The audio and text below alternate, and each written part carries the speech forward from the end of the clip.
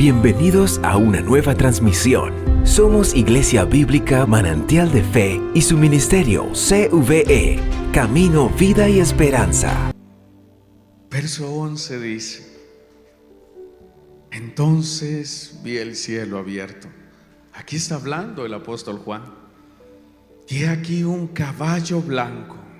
Sí, el Señor vendrá montado en un hermoso caballo blanco. Muchos dicen, no, eso debe ser una figura. Yo creo que es literal.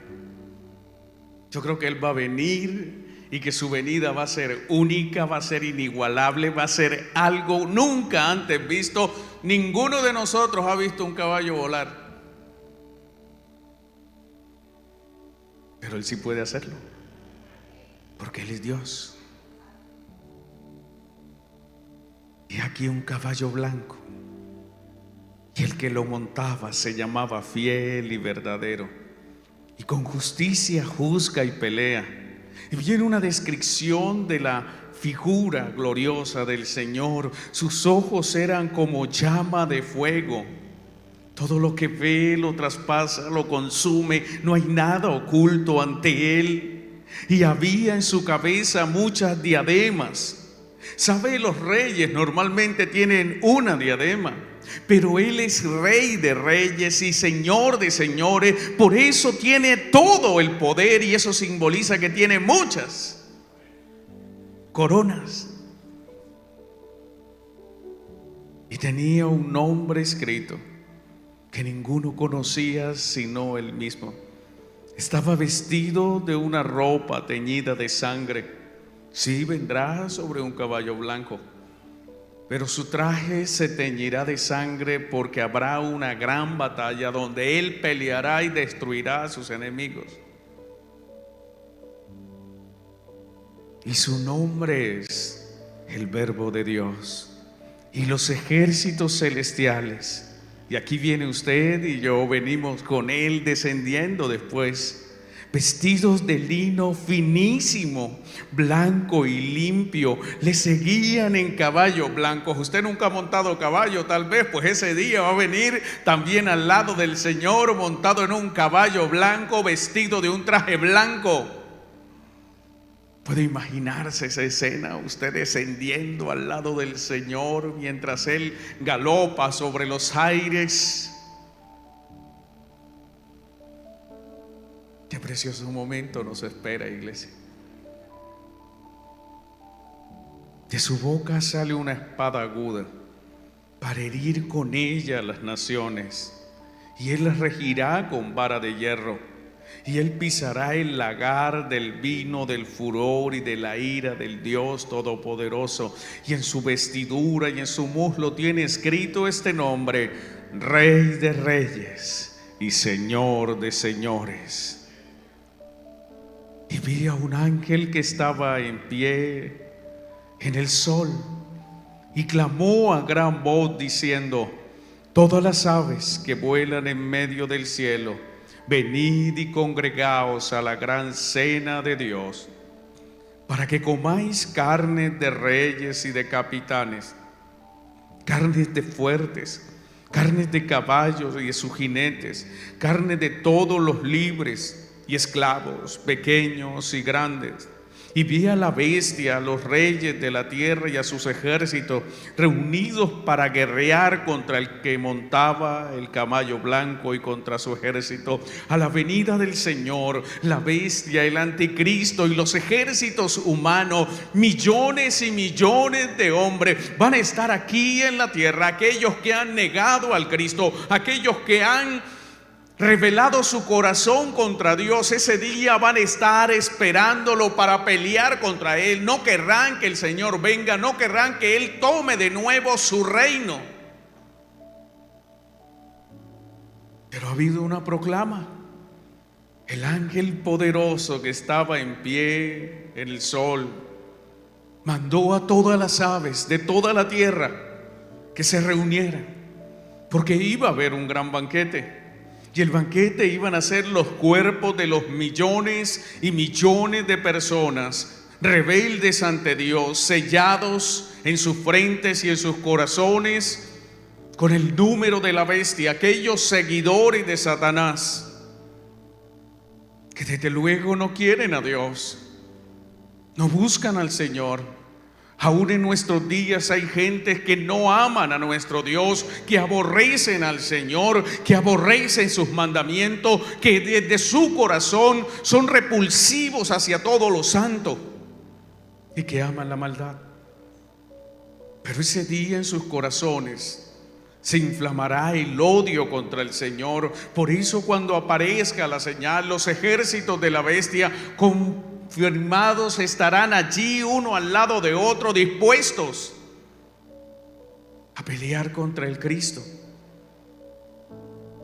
a evitar que el Cristo venga.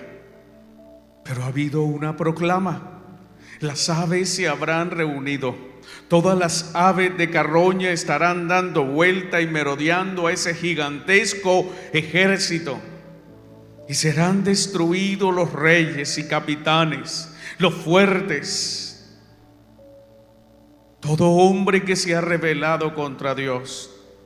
Allí estaba la bestia, verso 19 de este capítulo 19. La bestia al lado de reyes de la tierra, al lado de ejércitos, preparados para guerrear contra el que montaba el caballo y contra su ejército. Pero en un giro dramático, el verso 20 describe que la bestia fue apresada. Esto es, el líder de los ejércitos malignos de la tierra es apresado. A la venida del Señor, inmediatamente el Señor va al líder de ellos y captura a su líder.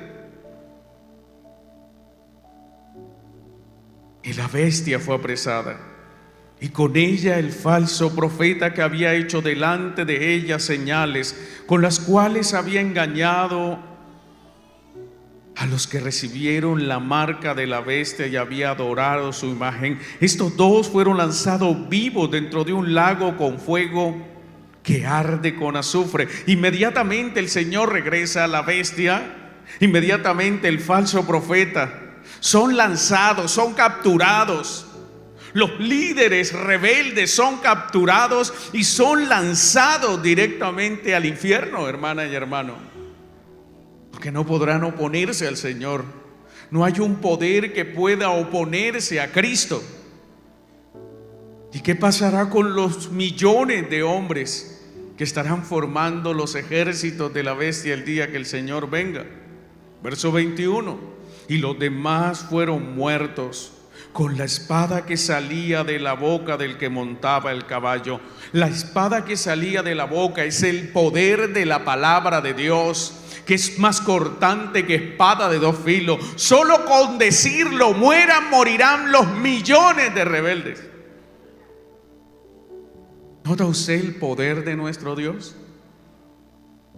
No necesita ensuciarse las manos para destruir a sus adversarios. Por eso dice la Escritura que horrenda cosa es caer en manos del Dios vivo. Las personas de este mundo deben saber que hay un Dios santo en los cielos y que ese Dios es todopoderoso, y que llegado el día Él vendrá a esta tierra y que con su poder juzgará y destruirá a todos sus adversarios.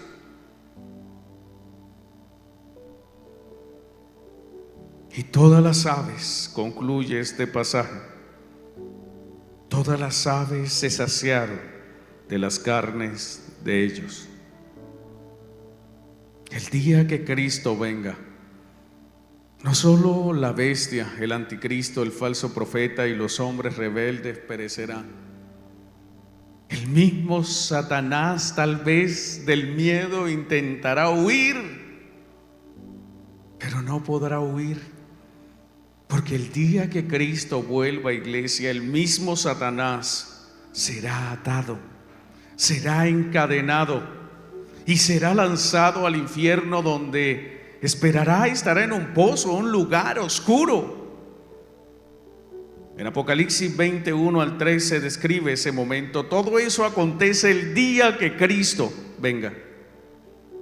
Vi un ángel Aquí está hablando nuevamente, lo está diciendo Juan, no se lo contaron, le fue permitido verlo. Él vio un ángel que descendía del cielo con la llave del abismo y una gran cadena en su mano. ¿Sabe qué impresionante será ver a un ángel tan poderoso que puede atrapar a Satanás?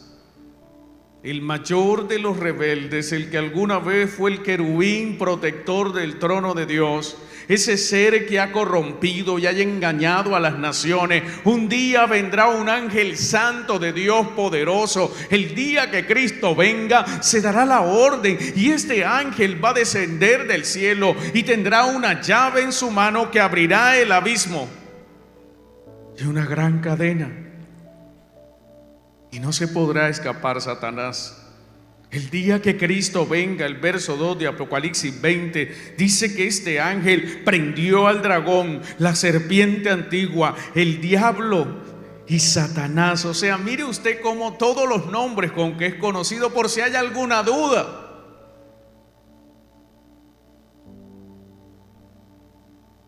Y lo ató por 1000 años.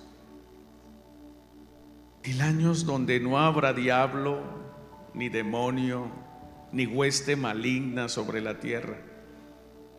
Por 1000 años no habrá quien inquiete el corazón del hombre, quien lo tiente a pecar. Por 1000 años Satanás estará atado. Ya hablaremos más adelante qué pasa después de los 1000 años, pero por ahora quiero que sepa que Satanás también tiene quien lo gobierne. No es cierto que el diablo es el dueño del infierno y él tiene un trono allá y desde allá gobierna y dele fuego a aquel y azoten a aquel. No, él no tiene esos privilegios. Él es un pobre diablo caído de la gracia, que por un poco de tiempo es usado conforme al plan de Dios. Pero llegado al tiempo, hasta un ángel, ni siquiera Cristo, se va a ensuciar las manos con ese pobre diablo. Un ángel será el que lo ate y lo eche allá al foso. Y lo arrojó al abismo, verso 3 de Apocalipsis 20, y lo encerró y puso su sello sobre él, así que amarrado, atado con cadenas, encerrado y con un sello sobre él que le impide que se suelte. Gran candado puesto. Así que es un mensaje para los que quieren seguir a Satanás, para los que quieren seguir el mundo que él gobierna. Si eso le pasará al líder del mundo, entonces, ¿qué le pasará a sus seguidores? Más vale que estemos del lado del vencedor. Más vale que usted esté del lado de aquel que viene montado en el caballo blanco. Más vale que usted esté del lado de aquel que tiene el poder para suprimir toda la rebelión que por generaciones y por eones las fuerzas del mal han ejercido sobre la creación de Dios. Luego de su venida, ese mismo día, el Señor establecerá su reinado por 1000 años sobre la tierra. Así que, como vemos, amados hermanos, en definitiva la segunda venida del Señor Jesucristo será un hecho único, el hecho más poderoso y más glorioso del que se tenga registro en el cielo y en la tierra. No habrá otro hecho igual a ese. Y también la segunda venida es la bendita esperanza de la iglesia, porque a la segunda venida, iglesia, se consumará el reino de Dios en la tierra y todas las promesas de Dios se cumplirán a su segunda venida. Ahora bien, hay una divergencia en la iglesia histórica. A lo largo de los siglos han sido varias las posturas escatológicas. esto es, acerca del estudio de los tiempos finales, sobre si el arrebatamiento ocurrirá antes o después o durante la venida del Señor. Grandes hombres han debatido por esto por siglos, pero las dos posturas que más se conocen al interior de la cristiandad, y quiero aclarar que esto no es para salvación, alguien puede creer una u otra y a la verdad no es para salvación. Lo que sí es cierto y donde coinciden las dos posturas es que Cristo volverá y que la iglesia será arrebatada. Solo que hay una diferencia en cuándo será. Hay una postura, una primera postura que quiero presentarles, y es la postura llamada de los post-tribulacionistas, después de la tribulación. Esa postura enseña que el arrebatamiento de la iglesia ocurrirá al final o cerca del final de la gran tribulación. Esto es, los que enseñan esta postura escatológica afirman que la iglesia sí pasará por la gran tribulación y que al final de los 7 años, justo antes de que Cristo venga, entonces el Señor arrebatará a la iglesia, la recibirá en las nubes y vendrá la iglesia con el Señor glorificada. ¿En qué se soporta esta afirmación? En algunos textos bíblicos, desde luego, pero la figura que más hace alusión a esta postura escatológica, ellos comparan con lo que sucedía en el Imperio Romano, cuando Roma iba a la guerra y regresaba el rey siendo vencedor o el emperador siendo vencedor. A la entrada de la ciudad se hacía un gran arco del triunfo, y entonces los romanos, así no fueran a la guerra, por el hecho de ser romanos, ellos tenían el privilegio de entrar acompañando al rey vencedor junto con las tropas, y esto era algo común en Roma.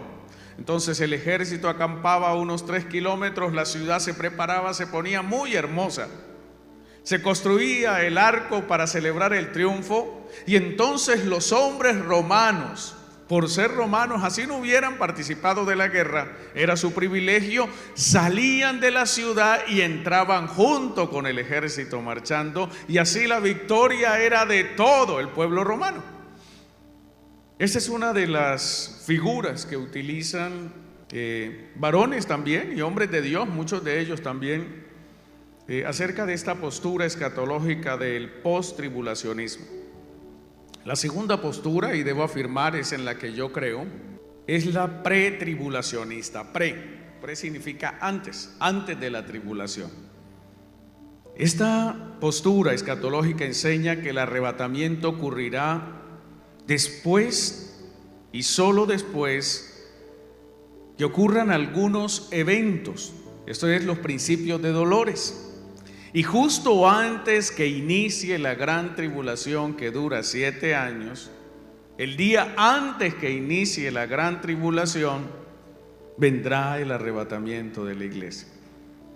En la postura pretribulacionista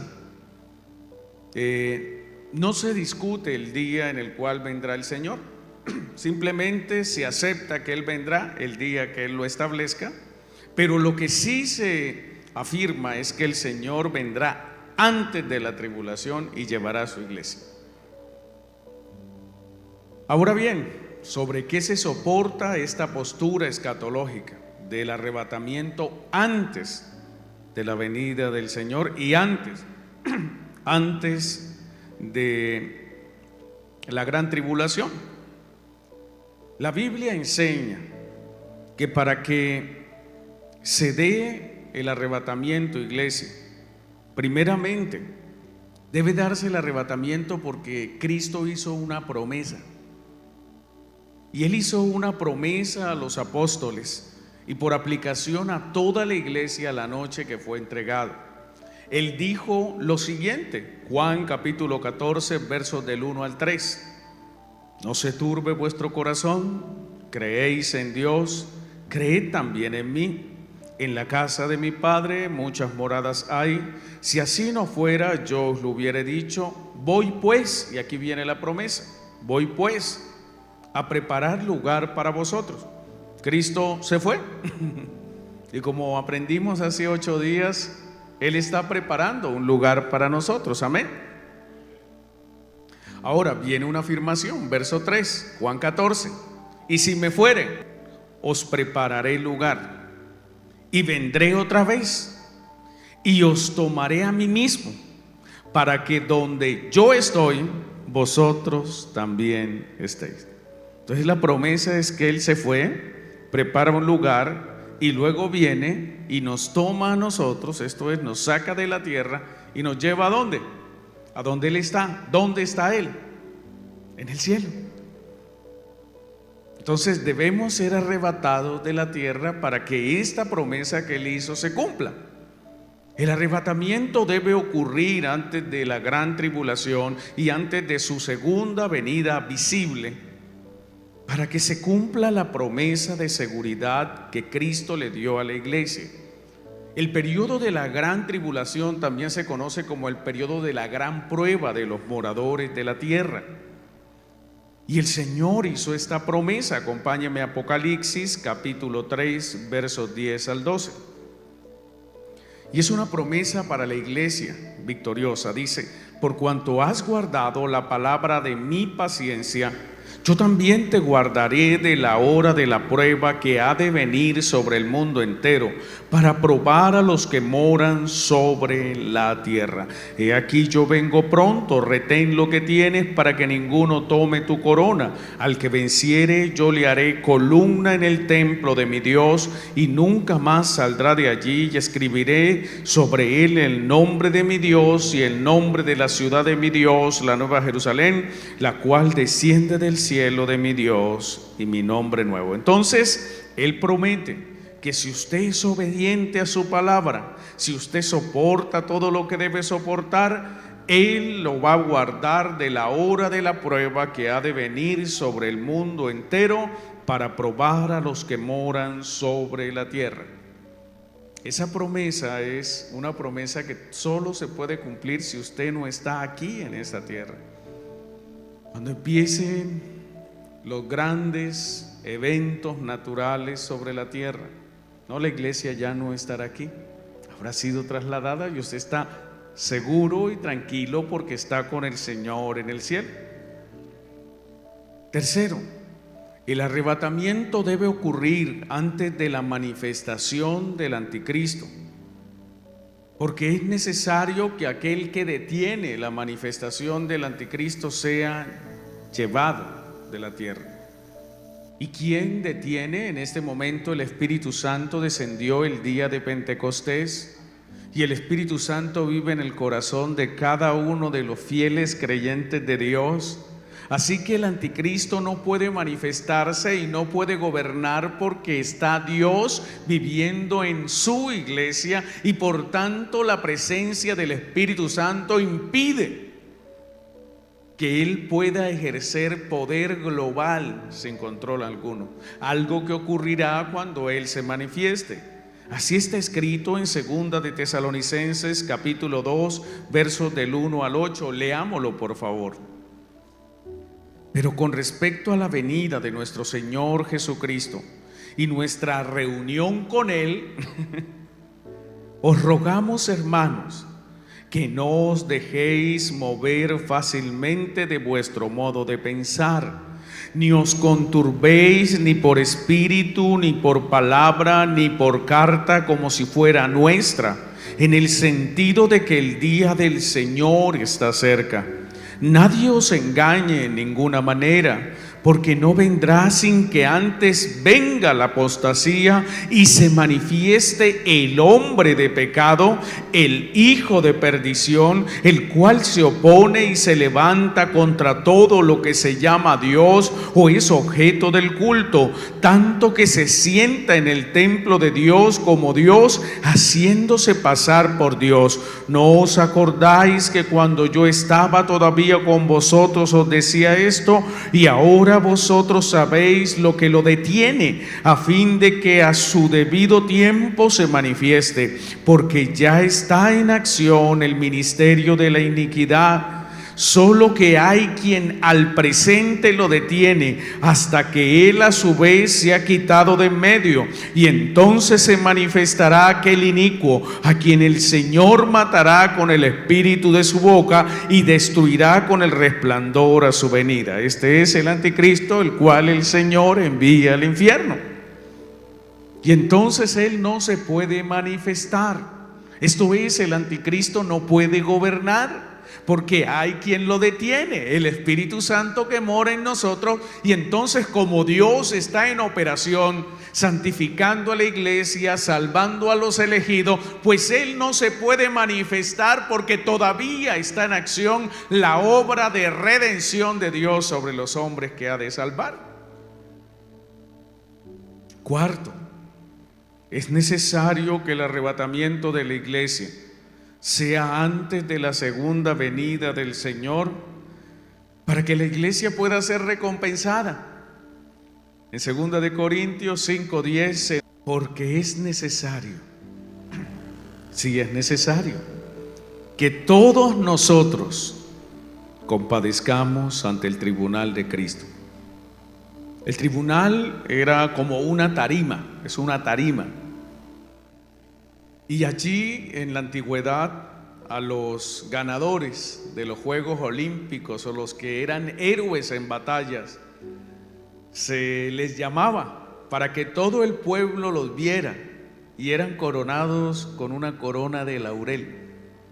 Esta misma figura es la que utiliza el apóstol Pablo en 2 de Corintios 5:10, un alto lugar donde estará el Señor coronando a cada uno de los suyos, acorde con las obras.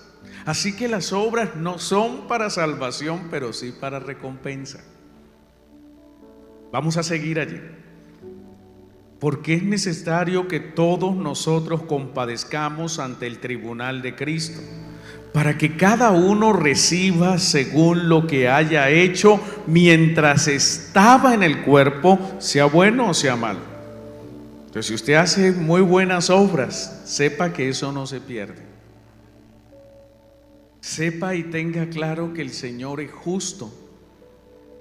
Y cuando usted ayuda al pobre, al necesitado, cuando usted visita al enfermo, cuando usted predica el evangelio de Jesucristo, cuando ofrenda para su obra, no crea que su buena obra se queda allí en el suelo, ¿no? Un día usted será llamado al tribunal de Cristo, y cualquiera que haya sido su buena obra, el Señor la traerá a la luz. El Señor recompensará esa obra. Ahora, si usted hace obras con la motivación incorrecta, le puede pasar lo siguiente. 1 de Corintios capítulo 3 versos 11 al 15. Dice la Escritura: porque nadie puede poner otro fundamento que el que está puesto, el cual es Jesucristo. Y si sobre este fundamento alguno edificare oro, plata, piedras preciosas, madera, heno, hojarasca, la obra de cada uno será manifestada, porque el día la declarará, pues por el fuego será revelada, y la obra de cada uno, cual sea el fuego, la probará. Si permaneciere la obra de alguno que sobreedificó, recibirá recompensa. Y cuando aquí habla de obras edificadas en oro, plata, piedras preciosas, está hablando de buenas obras. Pero también cuando habla de obras edificadas en madera, heno y hojarasca, ¿qué le pasa a la madera, al heno y a la hojarasca cuando se pone en fuego? Se quema. Las buenas obras que usted hace con la motivación incorrecta, esto es para que lo vean, para que lo aplaudan, para que la reconozcan aquí en esta tierra, pues aquí ya se quedó su recompensa. Por eso, cuando usted haga algo para la obra del Señor, no espere recompensa en la tierra. Es más, no le conviene recibir recompensa en la tierra. Ahora, hay un problema.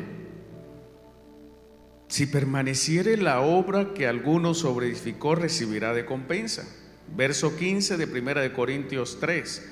Si la obra de alguno se quemare, Él sufrirá pérdida. Si bien Él mismo se salvará, aunque así como por fuego. Recuerde que la salvación es por gracia, por medio de la fe, y esto no es de vosotros, pues es don de Dios, no por obras para que nadie se gloríe. Las obras no son para salvación. Pero imagínese usted toda la eternidad sin recibir una recompensa. Pero todavía está a tiempo. Aún respira. Y aún está aquí en la tierra y puede hacer las buenas obras que Dios ha establecido para que acumule tesoros en el cielo y para que esas recompensas lo acompañen por toda la eternidad. Entonces es necesario el arrebatamiento para que usted pueda recibir sus recompensas. El arrebatamiento será antes de su segunda venida, hermana y hermano, para que usted sea testigo de cómo el Cordero de Dios toma de la mano del Padre el testamento que lo corona como el digno y legítimo dueño de toda la creación.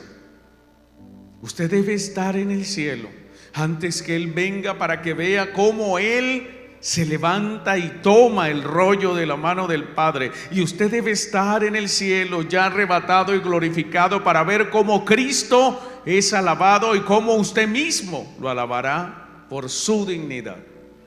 En Apocalipsis capítulo 5, versos del 1 en adelante se nos enseña: vi en la mano derecha del que estaba sentado en el trono un libro escrito por dentro y por fuera, sellado con 7 sellos. Imagínese al Padre sentado en el trono y en su mano derecha tiene un libro escrito por dentro y por fuera, sellado con 7 sellos. En la antigüedad, para que un testamento fuera válido, tenía que tener 7 sellos. Y ninguno de los sellos debía estar quebrado, sino el testamento era invalidado. Entonces aquí está el Padre sentado en su trono, tiene un rollo en la mano derecha y tiene los 7 sellos. Está perfecto, legalmente es un testamento que cumple. Y vi un ángel fuerte que pregonaba a gran voz: ¿quién es digno de abrir el libro y desatar sus sellos? Y ninguno, ni en el cielo, ni en la tierra, ni debajo de la tierra, podría abrir el libro, ni aún mirarlo. No se encontró ninguno. Ningún ángel, ningún querubín, ningún arcángel, ningún hombre en la tierra, ningún ser que habitaba, ni siquiera podía mirarlo. Y dice Juan: lloraba yo mucho porque no se había hallado a ninguno digno de abrir el libro, ni de leerlo, ni de mirarlo. Y uno de los ancianos me dijo: no llores, he aquí que el león de la tribu de Judá, la raíz de David, ha vencido para abrir el libro y desatar sus 7 sellos. Y miré y vi que en medio del trono y de los 4 seres vivientes, en medio de los ancianos, estaba en pie un cordero como inmolado, que tenía 7 cuernos y 7 ojos, los cuales son los 7 espíritus de Dios enviados por toda la tierra. Entonces vio a Juan a Jesús inmolado. Era digno porque había puesto su vida. Allí estaba, en medio de los seres angelicales, de los ancianos. Allí estaba frente al Padre y era el único digno.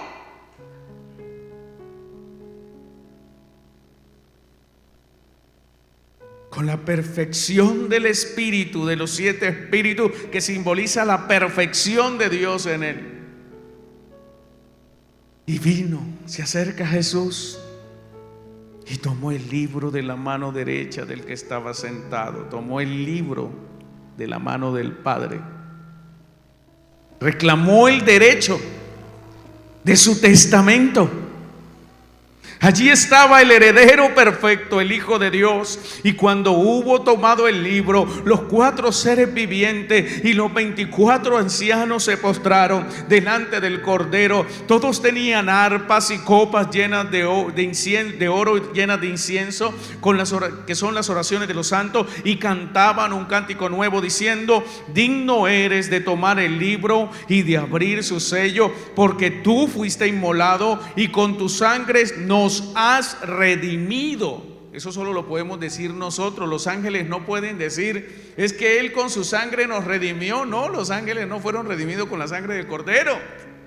Y por eso, para que esto se cumpla, usted y yo tenemos que estar en el cielo. Y esto ocurre antes que Jesús venga a la tierra. Por eso el arrebatamiento ha de ocurrir antes que Cristo venga por segunda vez, para que usted pueda ser parte de este coro y usted pueda cantar este cántico nuevo diciendo: digno eres de tomar el libro y de abrir su sello, porque tú fuiste inmolado y con tu sangre nos has redimido para Dios y de todo linaje y lengua y pueblo y nación, y nos has hecho para nuestro Dios reyes y sacerdotes, y reinaremos sobre la tierra.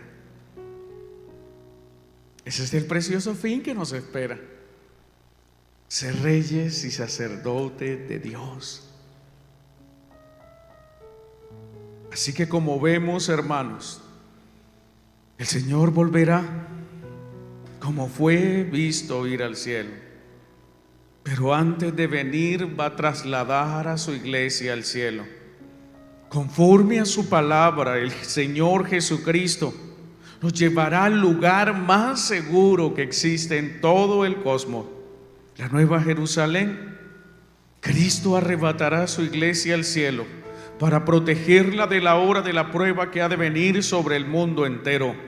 El Señor arrebatará a su iglesia al cielo para recompensarnos. Cristo arrebatará a la iglesia al cielo antes de la gran tribulación, y Él vendrá y nos tomará y nos llevará donde Él está. Finalmente el Señor Jesucristo nos arrebatará antes de su segunda venida para que seamos testigos de su coronación eterna como el heredero de Dios, y para que podamos venir con Él y lo veamos derrotar a todos sus enemigos, poniéndolos por estrado de sus pies.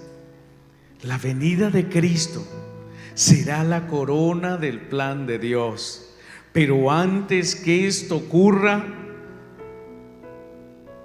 Él debe encontrarse con usted y conmigo, con su iglesia, para llevarnos al cielo. Primera de Tesalonicenses capítulo 4 versos 15 al 18. Por lo cual os decimos esto en palabra del Señor, que nosotros que vivimos, que habremos quedado hasta la venida del Señor, no precederemos a los que durmieron. Porque el Señor mismo, con voz de mando, con voz de arcángel y con trompeta de Dios, descenderá del cielo, y los muertos en Cristo resucitarán primero. Luego nosotros, los que vivimos, los que hayamos quedado, seremos arrebatados juntamente con ellos en las nubes para recibir al Señor en el aire, y así estaremos siempre con el Señor.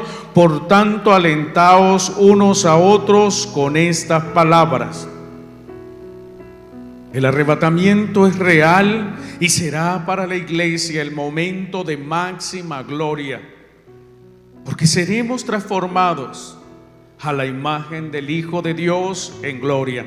Primera de Juan 3:2. Amados, ahora somos hijos de Dios y aún no se ha manifestado lo que hemos de ser, pero sabemos que cuando Él se manifieste seremos semejantes a Él, porque le veremos tal como Él es. Romanos 8:29. Porque a los que antes conoció también predestinó para que fuesen hechos conforme a la imagen de su Hijo, para que Él sea el primogénito entre muchos hermanos. El día del arrebatamiento, iglesia, es el bendito día para todos los creyentes, muertos o vivos. Ese será el día en el cual los creyentes muertos serán resucitados y los vivos transformados y juntos elevados a nuestra máxima gloria. Portaremos un cuerpo glorificado, porque habremos sido hechos hijos, herederos y coherederos con Cristo, y seremos glorificados con Cristo. Por tanto, amados hermanos, el llamado a la iglesia es estar vigilantes, es a velar, es a guardarnos en santidad, evitando caer en los engaños de Satanás y de las especulaciones sobre predicciones. El llamado es a guardar la esperanza de nuestro arrebatamiento, para que luego podamos acompañar a nuestro Señor Jesucristo en su reentrada triunfal a la tierra. Por eso nos alentamos los unos a otros con estas palabras, recordando que cercano está el día de la manifestación gloriosa de nuestro gran Dios y Salvador Jesucristo, como escribió el apóstol Pablo en su carta a su amado Tito. Tito 2, 11 al 14. Porque la gracia de Dios se ha manifestado para salvación a todos los hombres, enseñándonos que renunciando a la impiedad y a los deseos mundanos, vivamos en este siglo sobria, justa y piadosamente, aguardando la esperanza bienaventurada y la manifestación gloriosa de nuestro gran Dios y Salvador Jesucristo, quien se dio a sí mismo por nosotros para redimirnos de toda iniquidad y purificar para sí un pueblo propio, celoso de buenas obras. Gracias por seguirnos.